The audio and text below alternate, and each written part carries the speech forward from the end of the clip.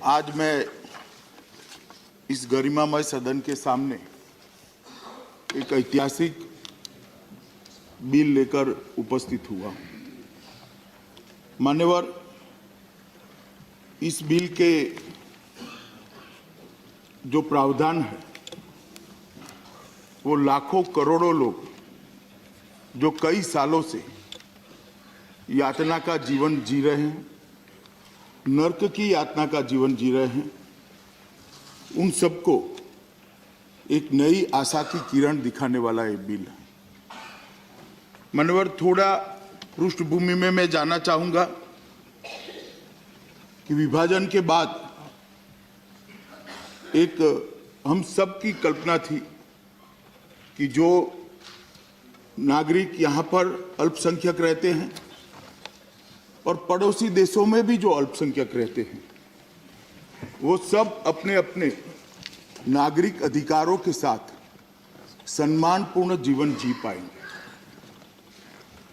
अपने धर्म का, अपनी परंपराओं का सम्मान के साथ पालन कर पाएंगे, अपने परिवार के सम्मान का और विशेषकर परिवार की स्त्रियों के सम्मान का वो रक्षण भी कर पाएंगे और उनको रक्षण करने का अधिकार भी होगा। परंतु मान्यवर,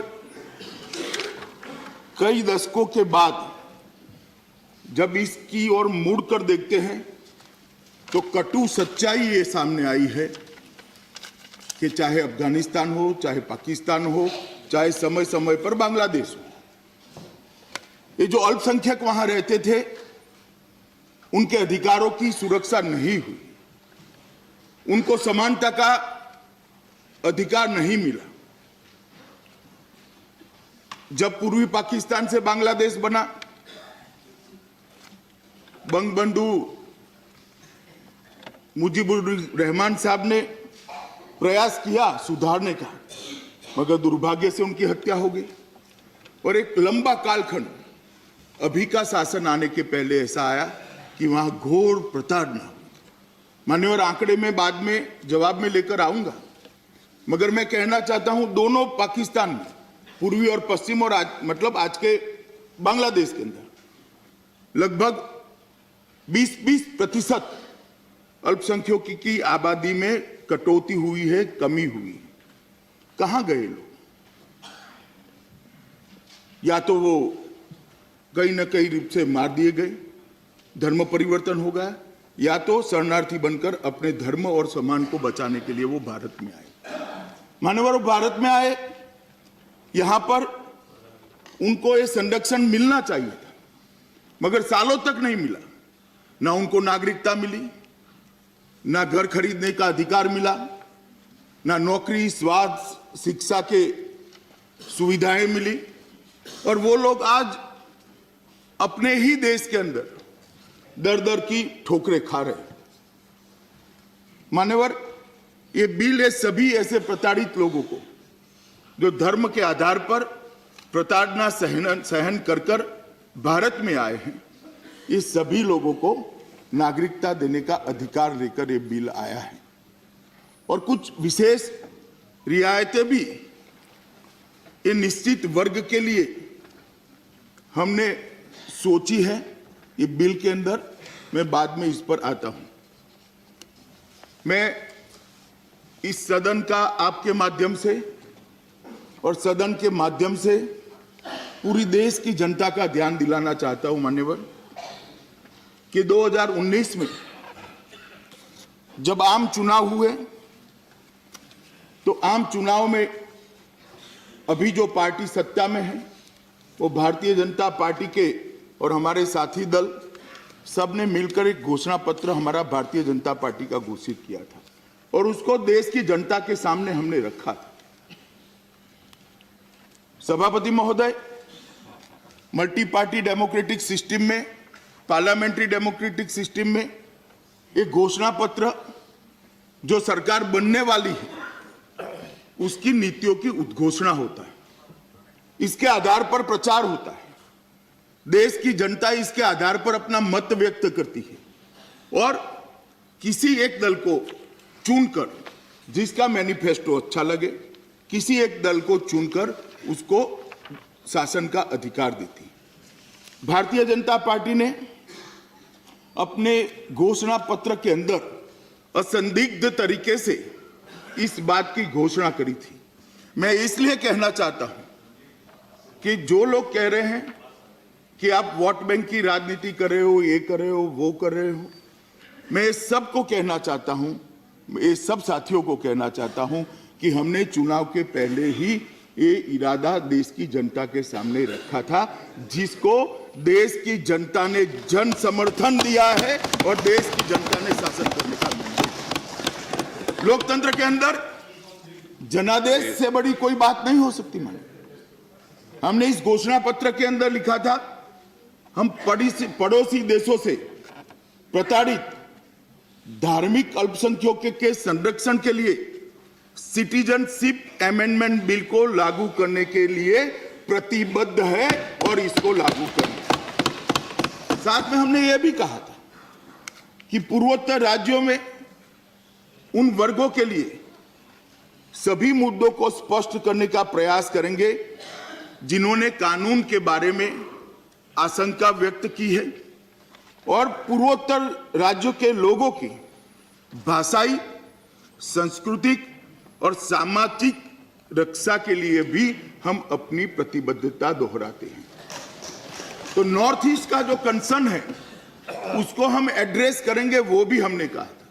मान्यवर, मुझे आनंद है कि श्री नरेंद्र मोदी जी के नेतृत्व में ये जो सरकार चल रही है, आज मोदी जी के नेतृत्व में मैं जो बिल लेकर इस सदन के सामने उपस्थित हुआ हूं, इसमें हमारी ये दोनों घोषणाओं का आज हम इसको कानूनी जामा पहनाने जा रहे हैं। तीनों पड़ोसी देश इनके धार्मिक अल्पसंख्यकों को संरक्षण देकर उनको नागरिक बनाने की प्रक्रिया का अमेंडमेंट लेकर आए हैं और पूर्वोत्तर के जो राज्य हैं उनके अधिकारों को, उनकी भाषा को, उनकी संस्कृति को और उनके सामाजिक पहचान को प्रिजर्व करने के लिए, उसको संरक्षित करने के लिए भी इसके अंदर हम चिंता करते हुए प्रावधान लेकर आए हैं। और बिल के डिटेल प्रावधान में मैं बाद में जाऊंगा, मगर सरल भाषा में, क्योंकि देश की जनता भी इस सदन की बहस को देख रही है बड़ी क्यूरियोसिटी के साथ, तो सबके मन में स्पष्ट हो जाए, इसलिए मैं सरल भाषा में ये बिल क्या है कहना चाहता हूं कि पाकिस्तान, बांग्लादेश और अफगानिस्तान जो 3 देशों की सीमाएं भारत को छूती हैं, वो तीनों देशों में हिंदू, जैन, बौद्ध, सिख, ईसाई और पारसी, ये लघुमती के लोग, वहां की लघुमती के लोग जो भारत में आए हैं, उनको किसी भी समय आए हैं, उनको नागरिकता प्रदान करने का इस बिल में प्रावधान है। इसका मतलब आजादी के बाद बांग्लादेश, पाकिस्तान और अफगानिस्तान से जो भी जैन, बौद्ध, सिख, ईसाई, पारसी और हिंदू धर्म के अनुसरण करने वाले वो 3 देशों के माइनॉरिटी के लोग जो यहाँ आए हैं, उनको हम नागरिकता देंगे। दूसरा, नॉर्थ ईस्ट में, पूरे नॉर्थ ईस्ट के अंदर अलग अलग प्रकार से नॉर्थ ईस्ट के हितों की चिंता भी की है, इसको मैं बाद में बताऊंगा। मान्यवर, लोकसभा में चर्चा चली, कुछ अखबारों के मैंने आर्टिकल भी पढ़े हैं, एक बहुत बड़ी भ्रांति फैलाई जा रही कि बिल माइनॉरिटी के खिलाफ, ये बिल विशेषकर मुस्लिम समुदाय के खिलाफ। मान्यवर, मैं पूछना चाहता हूं, जो इस देश के मुसलमान है, इसके लिए इस देश के अंदर कोई चर्चा का, कोई चिंता का सवाल ही नहीं है। वो नागरिक है, रहेंगे, उनको कोई प्रताड़ित नहीं। मगर आप चिंता किसकी कर रहे हो? किसकी चिंता कर रहे हो? पाकिस्तान से क्या आप चाहते हो कि पाकिस्तान से भी जो मुसलमान यहां आए इसको भी हम नागरिक बना दें? बांग्लादेश से जो मुसलमान आए इसको भी नागरिक बना दें? अफगानिस्तान से भी जो मुसलमान आए वो नागरिक बना दे? तो क्या कहना चाहते हो? पूरी दुनिया में से जो भी मुसलमान आएगा इसको हम यहां नागरिकता दे देंगे? किस तरह से देंगे? देश कैसे चलेगा? ऐसे नहीं चल सकता। ये निश्चित वर्ग के लिए है, जिनके धर्म के अनुसरण के लिए वो तीन राज्यों में अनुकूलता नहीं है, उनको प्रताड़ित किया जा रहा है। वो 3 देशों के अल्पसंख्यकों को ही नागरिकता देने का प्रावधान है।